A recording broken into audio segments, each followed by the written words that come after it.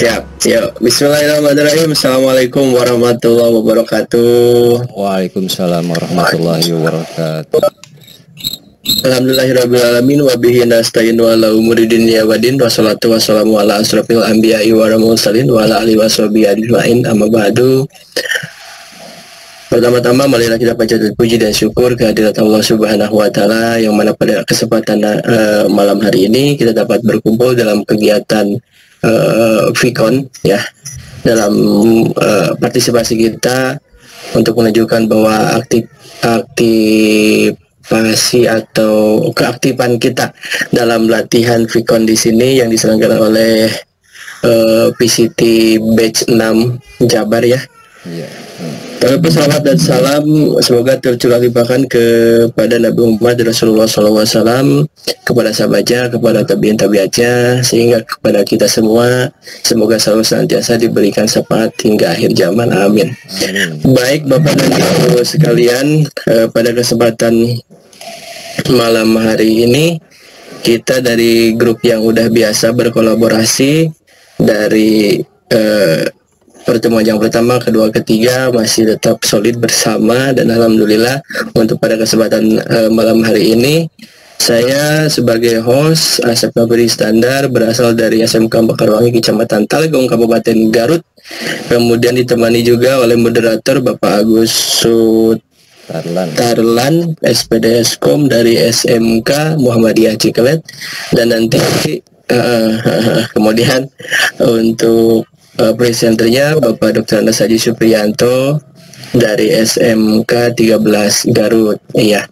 Dan kesempatan malam hari ini dari kami akan membahas materi tentang model pembelajaran Teaching Factory yang akan disajikan oleh Bapak Supriyanto. Baik, untuk mempersingkat waktu saya serahkan acara ini sepenuhnya kepada moderator. Waktu dan kesempatan saya persilahkan. Mangga Bapak Agus. Terima kasih Bapak Asep Nabri Standar. Assalamualaikum warahmatullahi wabarakatuh. Selamat malam, selamat berjumpa dengan kelompok kami. Alhamdulillah pada malam hari ini kita akan membongkar habis tentang model pembelajaran Teaching Factory yang insya Allah akan disampaikan oleh Bapak Dr. Andes Haji Supriyanto MM. Negara kita Indonesia saat ini dihadapkan dengan tingginya jumlah pengangguran. Salah satu upaya yang dapat dilakukan untuk mengatasi permasalahan tersebut adalah dengan meningkatkan kualitas sumber daya manusia, tentunya melalui pendidikan. SMK Sekolah Menengah Kejuruan sebagai salah satu pendidikan formal yang menghasilkan lulusan siap kerja diharapkan turut membantu mencetak angkatan kerja yang benar produktif dan berkompeten di bidangnya serta diakui pasar kerja. Menentukan model pembelajaran adalah hal yang sangat penting untuk menciptakan bagaimana karakteristik lulusan yang ada.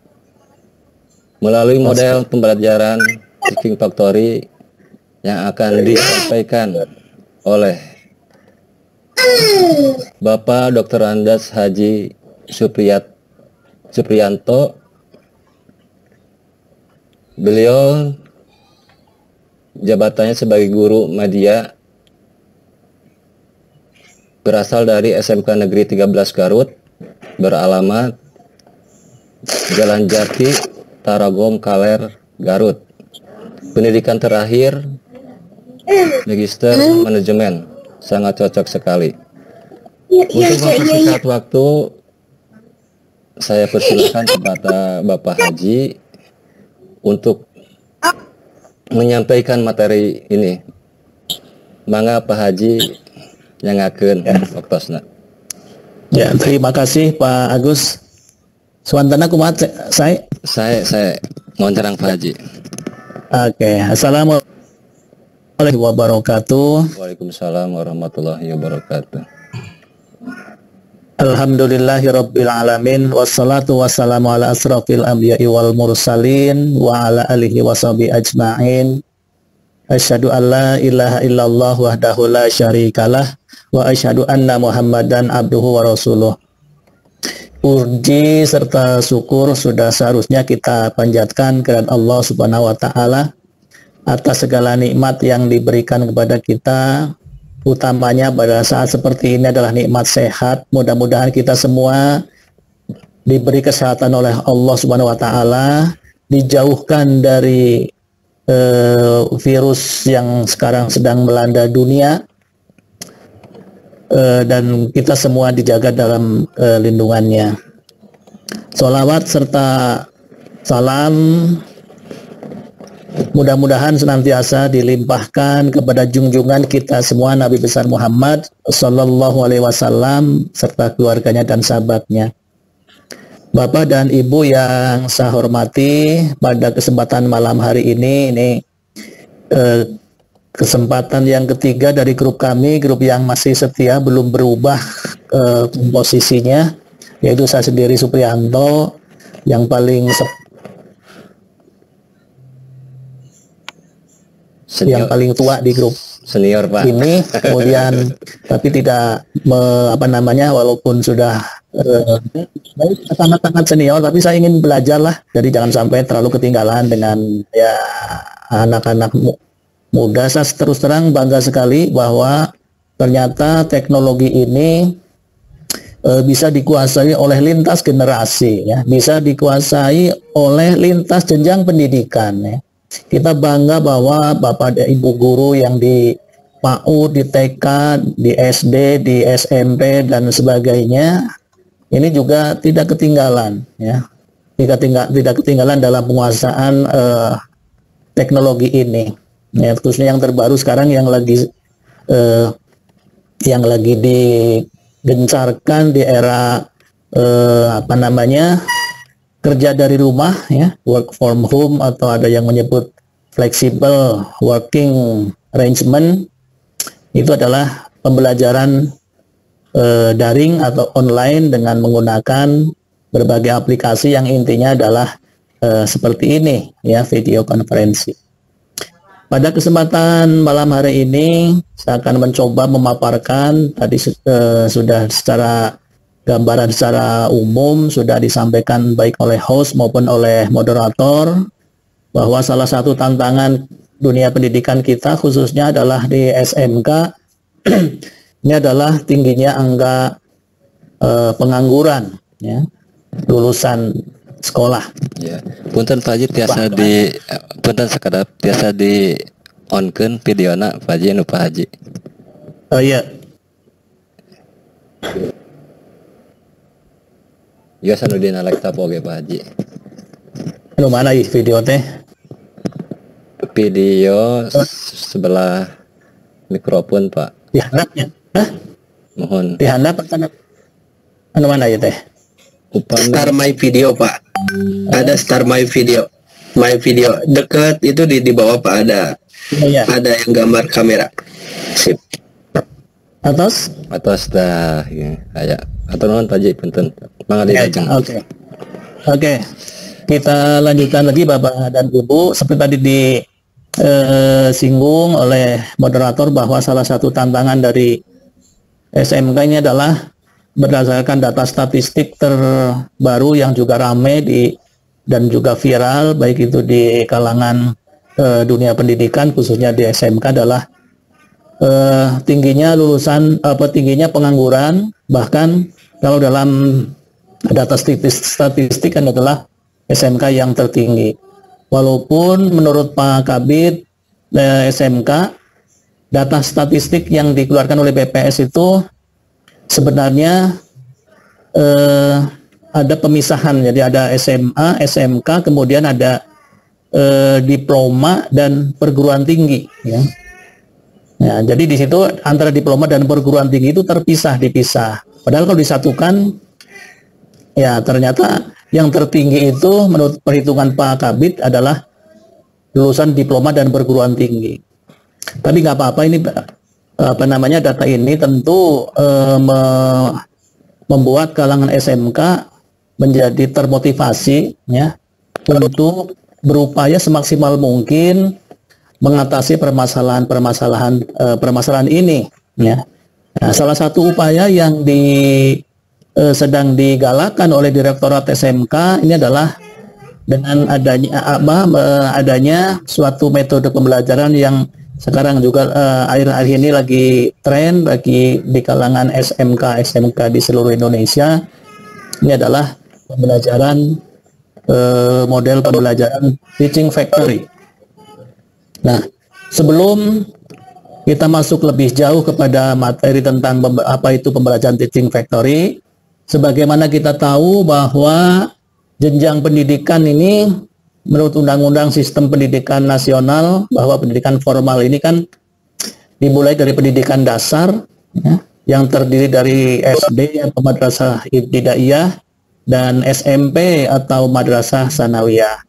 Kemudian pendidikan menengah terdiri dari SMA atau madrasah aliyah dan SMK. Nah, kemudian yang ketiga adalah jenjang pendidikan tinggi ya, jenjang pendidikan tinggi yang termasuk di dalamnya adalah politeknik, universitas dan institut ya, dan jenis perguruan tinggi yang lainnya. Nah, kalau dulu antara SD, SMP, SMA maupun SMK kita berada pada satu direktorat jenderal yang dinamakan dengan Direktorat Jenderal Dikdasmen, Pendidikan Dasar dan Menengah. Tapi untuk yang sekarang ini ada perubahan struktur organisasi di Kementerian Pendidikan dan Kebudayaan, bahwa SMK sekarang tidak lagi berada di Dirjen Dikdasmen, tapi ada dirjen baru yang dinamakan dengan Direktorat Jenderal Pendidikan Vokasi. Nah, SMK ada di situ bersama dengan pendidikan tinggi vokasi, yaitu politeknik. Jadi politeknik itu sekarang masuk ke dalam Dirjen Pendidikan Vokasi. Nah, ini adalah salah satu upaya barangkali dari pemerintah agar lebih fokus ya untuk menangani masalah SMK ini. Bahkan ada Inpres khusus ya yang sangat terkenal di kalangan SMK, yaitu Inpres nomor 9 tahun 2016 kalau tidak salah, itu tentang revitalisasi SMK. Jadi dengan Inpres ini Presiden mengajak berbagai stakeholder, berbagai kementerian untuk bersama-sama ikut menangani masalah SMK. Ada Kementerian Perindustrian, Kementerian Tenaga Kerja, dan lain sebagainya yang terkait dengan bidang keahlian yang ada di SMK. Ini salah satu upaya pemerintah yang menurut saya sangat serius untuk meningkatkan pendidikan vokasi atau pendidikan kejuruan di Indonesia ini. Kemudian juga di tingkat Provinsi Jawa Barat, bahwa salah satu misi dari Bapak Gubernur yang sekarang, Bapak Ridwan Kamil, ada dari berbagai macam misi, ada misi kesehatan juara, pendidikan juara, ada misi yang terakhir di situ secara eksplisit disebutkan salah satu misinya adalah SMK juara. Jadi terpisah dari pendidikan juara. Ini artinya mudah-mudahan Bapak Gubernur memberikan perhatian yang lebih spesifik, lebih khusus untuk menangani masalah SMK yang ada di Provinsi Jawa Barat ini. Baiklah, kita lanjutkan Bapak dan Ibu, bahwa secara umum ya pendidikan di SMK ini, kalau di deskripsi yang ada di grup WA itu adalah tujuan kurikulum pendidikan di SMK. Nah, kalau secara umum yang sering kita dengar dari berbagai pemaparan, untuk lebih mudah mengingat-ingat bahwa lulusan SMK ini diharapkan setelah lulus dari SMK ini bisa sebagai yang sering dikenal dengan istilah BMW ya. BMW bukan merek mobil tapi singkatan ya. B-nya adalah bekerja. Jadi calon siswa yang masuk ke SMK tentu salah satu tujuan utamanya adalah setelah lulus dari SMK ingin bisa bekerja. Ya, tentunya dengan bekal pengetahuan maupun keterampilan yang dipelajari sesuai dengan bidang keahliannya masing-masing.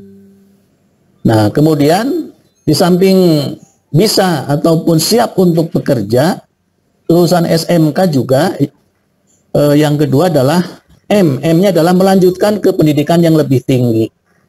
Nah, ini sudah jelas bahwa walaupun mungkin dari segi bekal kemampuan akademisnya ini tidak sehebat dari lulusan SMA. Ya, seperti contoh misalkan matematika, kemudian bahasa Inggris dan lain sebagainya, bahkan fisika dan kimia kalau di SMK ini hanya dipelajarkan di kelas 10 saja, gitu. Dan juga relatif sedikit jam pelajarannya. Nah, oleh karena itu, walaupun lulusan SMK ini bisa melanjutkan ke pendidikan yang lebih tinggi, tentu ini juga persaingannya cukup berat dibandingkan dengan lulusan SMA maupun madrasah aliyah. Tapi bukan berarti tertutup peluangnya, tetap lulusan SMK juga bisa melanjutkan ke pendidikan tinggi, ya. Ya, kalau di Garut misalkan bisa jadi guru, masuk ke STKIP atau sekarang bernama IPI ya kalau nggak salah, atau ke Uniga dan lain sebagainya. Bahkan di UPI juga program bidik misi dan lain sebagainya ini bisa juga menerima dari SMK. Itu artinya bahwa kesempatan lulusan SMK untuk meningkatkan kemampuannya di bidang pendidikan ini juga terbuka lebar. Walaupun menurut saya kalau ingin melanjutkan pendidikan ke yang lebih tinggi itu lebih linier, ya, lebih tepat kalau misalkan memilih politeknik, ya, politeknik. Karena itu linier. Jadi kalau di SMK kan kita banyak belajar di situ tentang kejuruan, ya, kejuruan. Di politeknik juga seperti itu, ya. Di politeknik juga seperti itu. Praktek yang banyak diutamakan.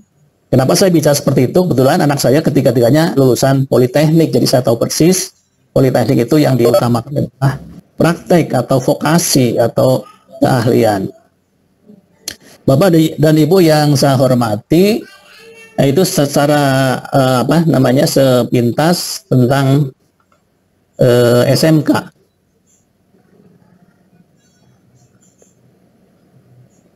Nah, untuk menampilkan ini, gimana Pak untuk menampilkan ini? Ya, sip Pak Haji. Ya, siap Pak Haji. Ya, udah ada Pak. Udah Pak. Bagus Pak, ada. Oke, ya. Nah, inilah PowerPoint yang saya siapkan untuk sebagai bahan diskusi kita, ya, tentang model pembelajaran Teaching Factory yang ini relatif baru. Ini sebagai upaya untuk meningkatkan kualitas lulusan SMK. Kita mengenal ada berbagai macam model pembelajaran, ya,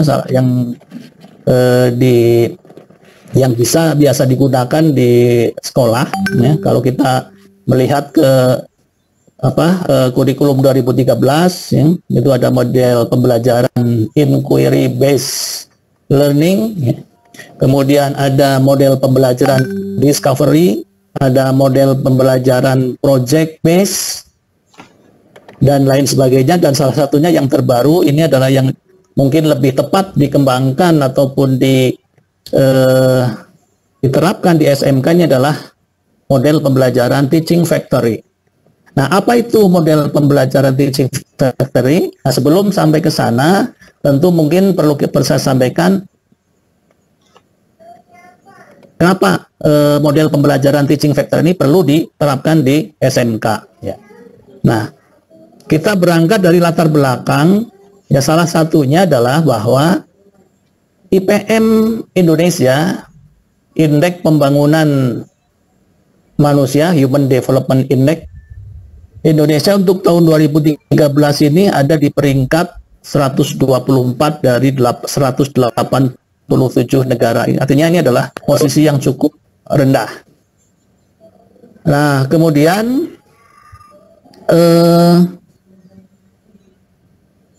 IPM tersebut ternyata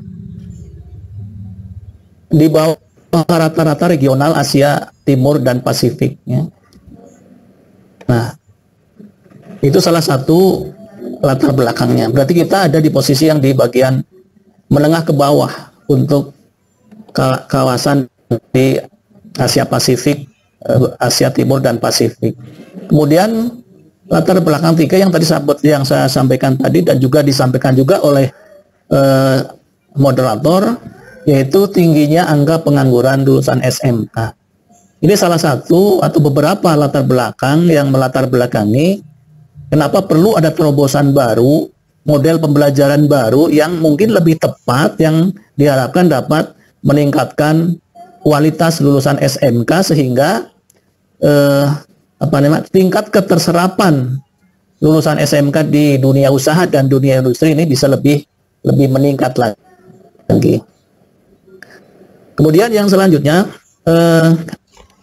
pengertian dari teaching factory. Ada beberapa definisi, sebenarnya banyak kalau kita lihat di literatur. Saya ambil dua yang saya coba tampilkan di sini. Yang pertama adalah teaching factory adalah pembelajaran berbasis produksi, yaitu suatu proses pembelajaran keahlian atau keterampilan yang dirancang dan dilaksanakan berdasarkan prosedur dan standar bekerja yang sesungguhnya untuk menghasilkan barang atau jasa sesuai dengan tuntutan pasar atau konsumen. Nah, ini pengertian yang pertama, ini dikemukakan oleh Sofia Veronica tahun 2009. Kemudian yang tidak jauh berbeda dengan pengertian di atas, lebih sederhana lagi, ini disampaikan oleh Pak Widianto, Kasubdit Kurikulum Direktorat SMK, bahwa teaching factory adalah model pembelajaran yang membawa suasana industri ke sekolah, sehingga sekolah bisa menghasilkan produk yang berkualitas industri. Ini lebih mudah ya, pengertian ini atau definisi ini mudah untuk dipahami. Jadi kalau selama ini praktek ataupun pembelajaran praktek di sekolah ini ya asal-asalan, artinya tidak sesuai dengan standar yang diterapkan di dunia usaha maupun industri. Nah, dengan adanya teaching factory ini diharapkan baik proses maupun produknya dalam pembelajaran praktek ini sudah menggunakan standar industri. Bahkan diharapkan produknya itu betul-betul bisa dan layak untuk dijual, seperti hanya produk yang dihasilkan dari dunia industri. Nah, itu yang kita akan mengarah ke sana, sehingga nanti ke depan tidak lagi hasil praktek siswa itu numpuk di gudang, ya, karena tidak bisa dipasarkan. Nah, itu tentang pengertian teaching factory. Nah, kemudian yang selanjutnya, secara sederhana dapat kita tampilkan dalam diagram ini atau gambar ini. Jadi metode teaching factory ini merupakan gabungan. Sebentar, ini laptopnya ini perlu dicas. Sip, santuy aja Pak. Ya, ini minta dicas, minta di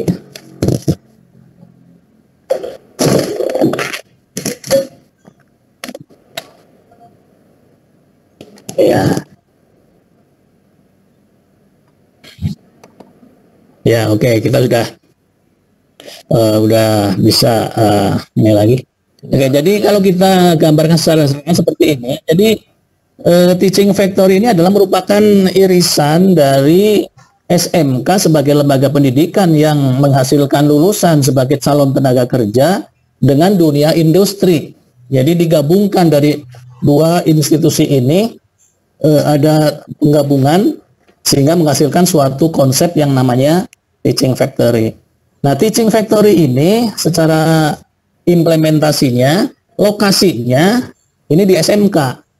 Jadi siswa tetap belajar di sekolah, ya. bukan praktek kerja industri atau PKL. Atau PKL atau prakerja itu memang sudah biasa. Tapi kalau teaching factory adalah pembelajaran sehari-hari yang tetap dilaksanakan di ruang praktek yang ada di SMK, tapi menggunakan prosedur dan standar industri. Nah, kemudian sarana produksi dapat disupport oleh industri mitra kita. Jadi di SMK itu ada yang namanya institusi pasangan. Jadi setiap SMK, setiap bidang keahlian atau program keahlian itu harus mempunyai institusi pasangan. Misalkan bidang keahlian perhotelan, dia harus mempunyai institusi pasangan dengan hotel-hotel yang ada di sekitar sekolah. Misalkan lagi bidang keahlian teknik kendaraan ringan otomotif, dia harus mempunyai institusi pasangan dari industri otomotif, baik itu berupa industri manufaktur otomotif maupun industri ataupun dealer ataupun servis otomotif, ya seperti itu. Nah, kemudian dalam teaching factory ini sekolah akan menerima pesanan dari industri mitra. Jadi industri atau mitra ini memberikan order kepada sekolah untuk melaksanakan produknya di sekolah. Nah, kemudian pelaksanaan sistem atau pelaksanaan produksi yang ada di sekolah ini menggunakan seperti yang ada di industri. Nah, seperti itu. Nah, kemudian industri melakukan supervisi terhadap sekolah.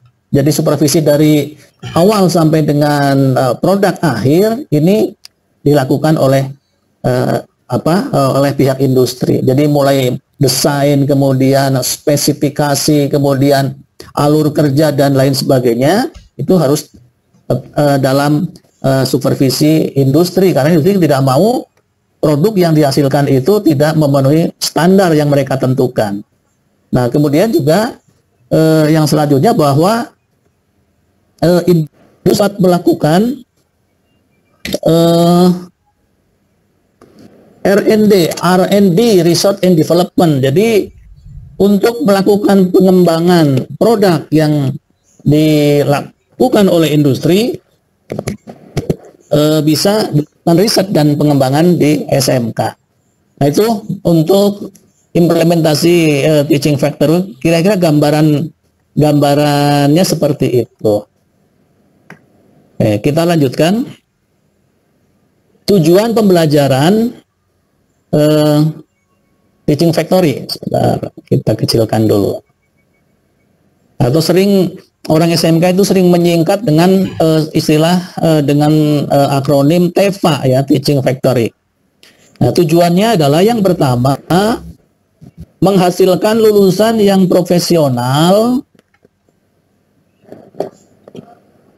yang dengan keunggulan pada ini gimana yang menghilangkan ini nih, ya, Pak, ini yang ini gimana ini setelah ini, ya, keunggulan pada konsep industri modern yang punya kemampuan yang dapat bekerja secara efektif di industri. Jadi lulusan dari SMK yang menggunakan model pembelajaran teaching factory atau sering disingkat dengan TEFA, ini adalah khususnya adalah utamanya adalah menghasilkan lulusan yang profesional. Nah, kemudian yang kedua, untuk meningkatkan penggunaan kurikulum yang lebih fokus pada konsep industri modern. Nah, ini penting, jangan sampai terjadi misalkan antara yang dipelajari siswa di sekolah dengan yang terjadi di industri ini ada kesenjangan yang terlalu jauh, sehingga ketika siswa ini lulus dari sekolah atau dari SMK, ini tidak bisa bekerja dengan baik setelah masuk ke dunia kerja. Nah, oleh karena itu salah satu tahapan yang yang diterapkan dalam penggunaan model pembelajaran teaching factory di sini adalah adanya sinkronisasi kurikulum antara SMK dengan industri. Jadi sehingga standar yang diajarkan, kurikulum yang diajarkan, silabus yang disampaikan atau yang diajarkan oleh guru di sekolah ini Ini ada sinkronisasi, ada sinkron dengan pihak industri. Nah, kemudian yang berikutnya, ya, tujuan pembelajaran TEFA ini adalah sebagai salah satu transfer teknologi dari perusahaan mitra atau dari institusi pasangan dengan siswa, dengan menjadikan siswa sebagai siswa atau senior project dan tim project sebagai penggerak utamanya. Jadi kita tahu bahwa sarana prasarana yang ada di SMK kalau dibandingkan dengan yang di industri tentu jauh berbeda. Ya. Kita masih menggunakan alat peralatan yang rata-rata ini adalah teknologi yang sudah ketinggalan zaman. Sementara di industri sudah menggunakan teknologi yang mutakhir, bahkan sekarang sudah banyak yang menggunakan lengan robotik atau robot. Nah, seperti itu. Oleh karena itu, kalau misalkan sekolah ini dibiarkan dengan kondisi seperti itu, tentunya lulusannya nanti tidak sesuai dengan kebutuhan yang diperlukan oleh dunia industri. Jadi seperti itu. Sementara sekolah bukannya tidak ingin untuk mengupgrade atau memperbaharui peralatan ataupun sarana yang diperlukan, tentu karena keterbatasan, ya, terutama adalah ya anggaran yang ada di sekolah. Kita tahu bahwa anggaran sekolah kan penggunaannya banyak, ya, ada 8 standar yang harus dibiayai di sekolah, tidak hanya standar sarana dan prasarana. Kemudian juga tidak hanya pengadaan saja, tapi juga perawatan. Yang namanya alat digunakan untuk praktek anak, tentu ini rentan terhadap kerusakan, sehingga memerlukan perawatan yang baik, sehingga alat tersebut bisa tahan lama, bisa digunakan untuk siswa yang lain. Kemudian yang selanjutnya, yang tujuan yang keempat ini adalah bahwa TEFA ini adalah merupakan suatu solusi atas tantangan perkembangan teknologi yang dinamis dari dunia industri. Nah, tadi sudah sampaikan bahwa teknologi yang ada di industri sudah sedemikian tingginya, sudah demikian pesatnya, sementara di SMK ya gitu-gitu aja. Ya. Ya, contoh misalkan industri otomotif, ya. Industri otomotif itu sekarang sangat pesat, terutama untuk elektroniknya, ya, ototronik, ya, otomotif dan elektronik. Jadi perkembangan sekarang di teknologi otomotif itu bukan teknologi mekaniknya yang berkembang, tetapi teknologi elektroniknya, sensor-sensor dan lain sebagainya, supaya otomatis itu adalah kenyataan yang sekarang terjadi. Nah, sementara banyak sekolah-sekolah di SMK yang peralatan prakteknya masih ya zaman dulu, ya, mesin-mesin zaman dulu. Ya. Nah, itu tentu ya tidak sesuai dengan tuntutan yang ada di industri.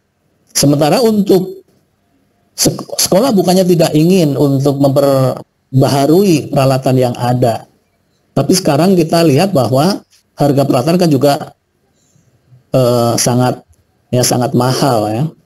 Contoh misalkan bidang mesin, ya. Industri sekarang sudah menggunakan mesin bubut yang berbasis komputer atau CNC. Sementara di sekolah yang membuat CNC itu sangat jarang, masih menggunakan mesin bubut manual. Ya. Ya, kenapa? Bukan berarti tidak ingin sekolah, tetapi mesin CNC itu harganya sangat mahal. Ya, yang cukup baik itu di atas 1 miliar harganya satu mesin saja. Ya. Nah, oleh karena itu ya sekolah mengakali dengan berbagai macam cara agar ya, lulusannya ini tidak terlalu tertinggal. Misalkan dengan melaksanakan praktek CNC secara virtual, ya, seperti ini, secara virtual. Jadi seolah-olah prakteknya sebenarnya, tetapi ya dengan menggunakan bantuan teknologi ini bisa dilaksanakan. Ya, minimal anak dikenalkan terhadap teknologi yang terbaru yang sekarang sedang gunakan di industri. Itu bidang otomotif, mesin dan lain sebagainya. Dan banyak yang lainnya. Termasuk di bidang TIK ya, di bidang komputer, teknik informasi dan komputer ini. Perkembangan teknologi komputer sangat luar biasa ya. Komputer yang diperlukan untuk multimedia ini memerlukan spek yang tinggi ya, ya. Bahkan pada waktu saya kunjungan ke SMK Raden Umar Said yang ada di Kudus, satu komputer itu sampai harganya 60 juta. Itu kan luar biasa. Ya kalau di kita 60 juta mungkin bisa untuk 10 komputer mungkin ya, seperti itu. Dan lain sebagainya. Itu saya kira kenyataan yang ada lah ya di SMK rata-rata seperti itu. Kenapa sekarang program keahlian TKJ, kemudian multimedia, kemudian RPL ini banyak diminati atau banyak dibuka di kalangan SMK? Karena memang yang pertama karena tuntutan teknologi informasi dan komunikasi ini luar biasa, perkembangannya cukup ini. Kemudian yang kedua juga ya dari segi peralatan relatif tidak terlalu sulit untuk diadakan. Komputer bisa dibeli di mana-mana ya, bisa dibeli di mana-mana. Ya, bahkan online pun bisa sekarang. Ya. Beda dengan mesin-mesin itu tidak semua daerah kita bisa membeli mesin bubut, CNC dan lain sebagainya. Nah, kemudian kita lanjutkan kepada yang selanjutnya.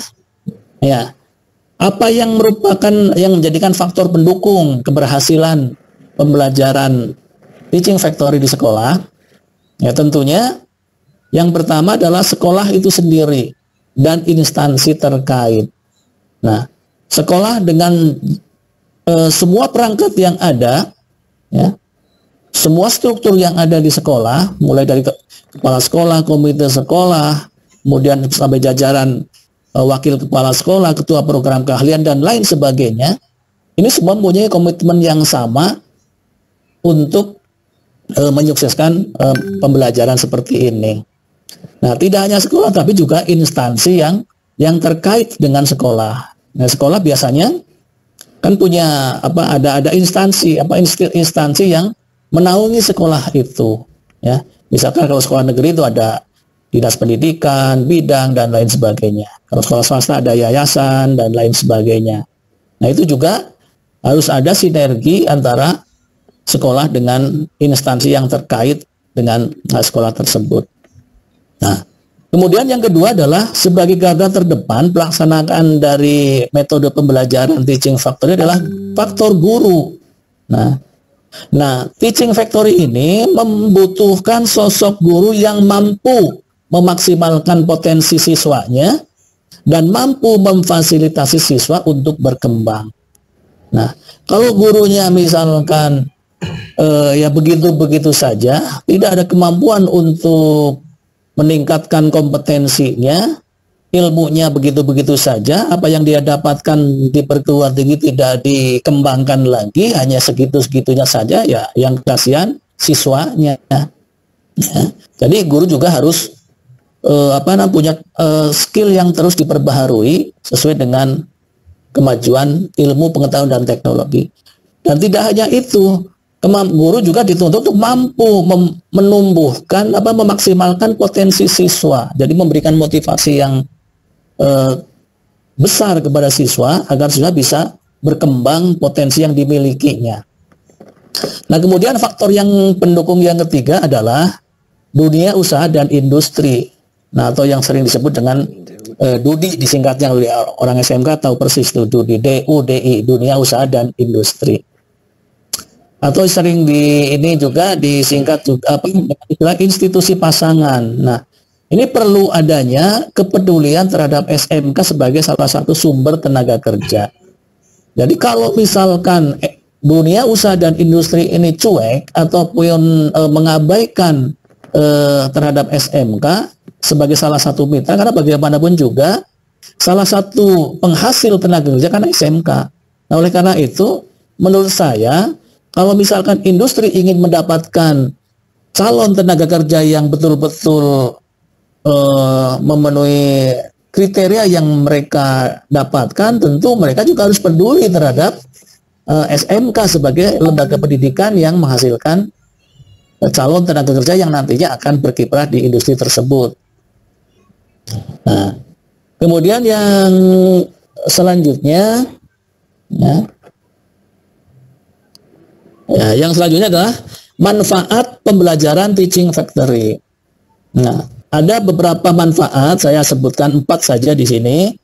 Yang pertama, siswa dapat mempelajari proses produksi suatu barang atau jasa tertentu yang memenuhi standar industri yang dijadikan sebagai acuan. Ya, jadi apa yang dilaksanakan sehari-hari dalam pembelajaran praktek di sekolah ini sesuai dengan standar yang dilaksanakan di industri. Nah, oleh karena itu, maka nanti diharapkan setelah siswa ini selesai dalam pendidikan di SMK, nanti tidak lagi kaget, tidak lagi gagap pada waktu mereka masuk ke dunia kerja.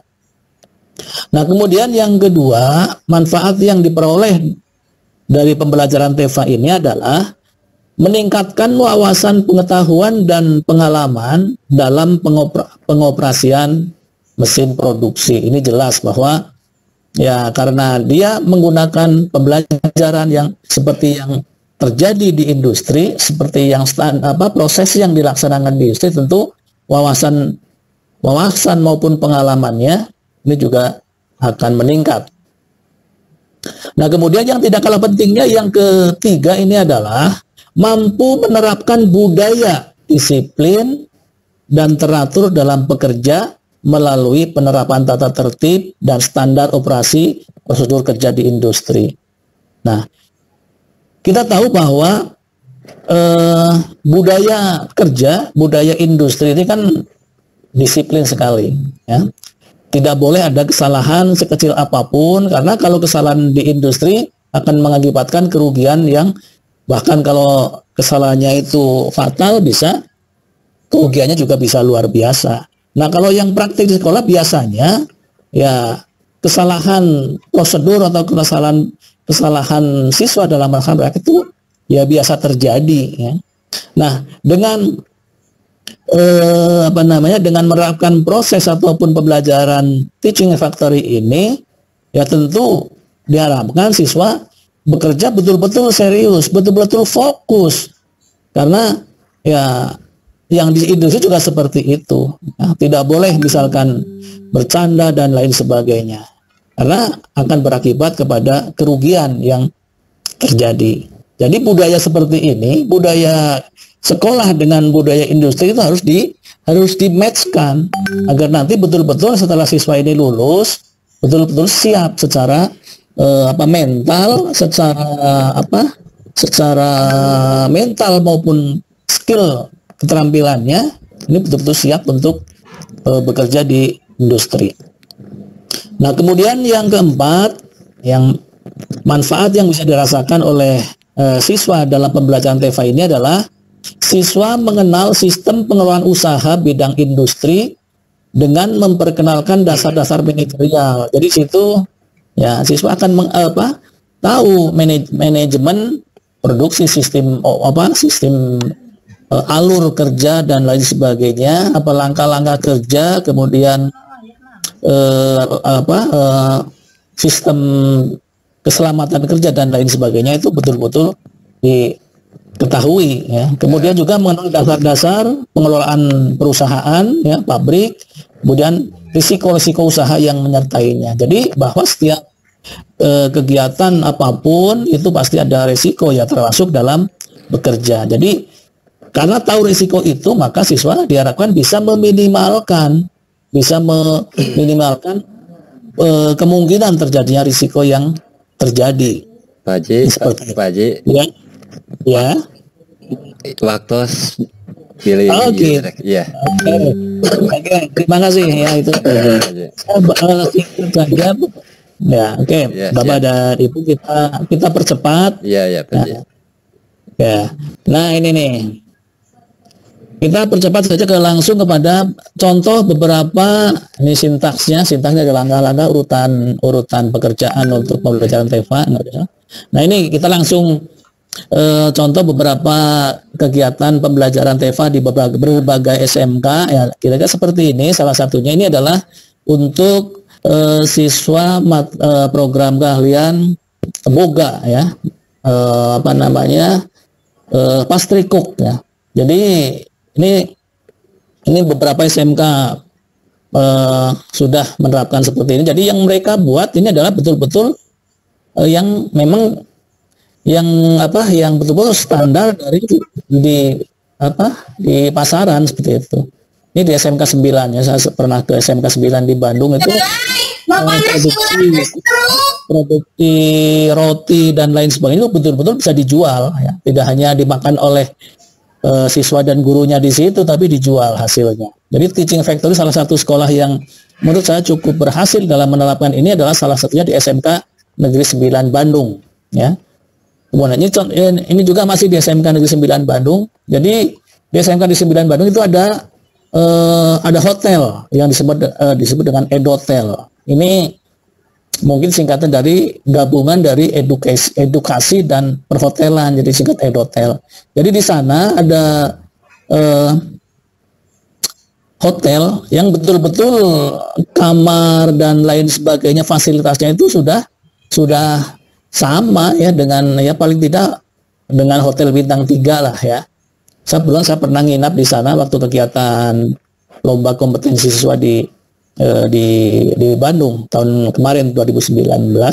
Jadi betul-betul ya fasilitasnya itu sama dengan hotel yang ada di ya tidak kalah lah dengan di Cipaganti atau di mana yang ada di Cipanas itu. Dan mereka pengelolaannya bekerja sama dengan salah satu jaringan hotel yang terkemuka di Bandung. Nah seperti itu. Ini salah satu contoh yang ada di Jawa Barat. Nah contoh yang lain, ya ini yang sangat terkenal sekarang itu adalah SMK yang di Kudus ya. Jadi SMK di Kudus itu beberapa SMK swasta ini mendapatkan bantuan dari Jarum Foundation ya, yang mereka sangat peduli dari mulai penyusunan silabusnya dan peralatannya itu dibantu oleh Jarum Foundation, Yayasan Jarum. Ini salah satunya adalah untuk di SMK PGRI 1 Kudus. Ini yang dibantu adalah untuk program keahlian kecantikan dan spa. Saya pernah ke sana. Ini luar biasa, alatnya lengkap sekali. Jadi ya seperti inilah kepedulian pihak industri seperti ini agar betul-betul lulusannya ini adalah siap untuk kerja yang betulan ya, siap kerja yang sesungguhnya. Nah seperti ini ada ya saya nggak tahu lah ini apa ya, perawatan wajah atau apa. Nah seperti ini. Nah kemudian lagi ini juga masih di Kudus lagi ya. Ini SMK Raden Umar Said di Kudus. Ini yang dikembangkan adalah bidang animasi dan film. Ya, saya pernah ke sini, ini luar biasa. Nih, alat-alat yang ada di sana. Jadi mereka ini sudah jadi hasil praktek mereka harus bisa dijual. Itu prinsipnya seperti itu. Memang ditunjang dengan peralatan yang sangat lengkap, mulai dari komputer, kemudian audio recording dan lain sebagainya. Itu lengkap sekali. Ya. Nah ini contohnya peralatan-peralatannya. Kemudian yang ini nih, ya, ini saya tampilkan di sini. Ini kursinya ini bisa ada rodanya. Jadi mereka bisa bergerak dengan dinamis tanpa turun dari mejanya. Karena mejanya kan langsung dengan laptop. Jadi mereka bisa misalkan bertanya dengan teman-temannya atau berdiskusi, itu tinggal menggerakkan mejanya, bisa kursinya itu bisa bergerak dengan leluasa. Nah ini kemudian yang ini nih luar biasa, ini ada semacam teater ya, ada nih komputernya cukup banyak di sini. Jadi untuk menampilkan produk-produk yang akan dipasarkan ini bisa dilihat di sini. Ini luar biasa ya, luar biasa. Ini di Kudus ya, SMK Raden Umar Said ya. Ini sekolahnya agak di desa tapi alatnya wah hebat. Ini bantuan dari Jarum Foundation. Nah itu barangkali beberapa contoh yang kita langsung aja kepada kesimpulan. Jadi apa yang tadi saya sampaikan, kalau boleh saya simpulkan, yang pertama ini adalah bahwa TEFA atau Teaching Factory ini adalah merupakan salah satu alternatif model pembelajaran yang sesuai untuk meningkatkan kualitas lulusan SMK. Ya. Kemudian yang kedua, untuk keberhasilan pelaksanaan TEFA ini diperlukan kesiapan berbagai aspek agar TEFA dapat berjalan dengan baik.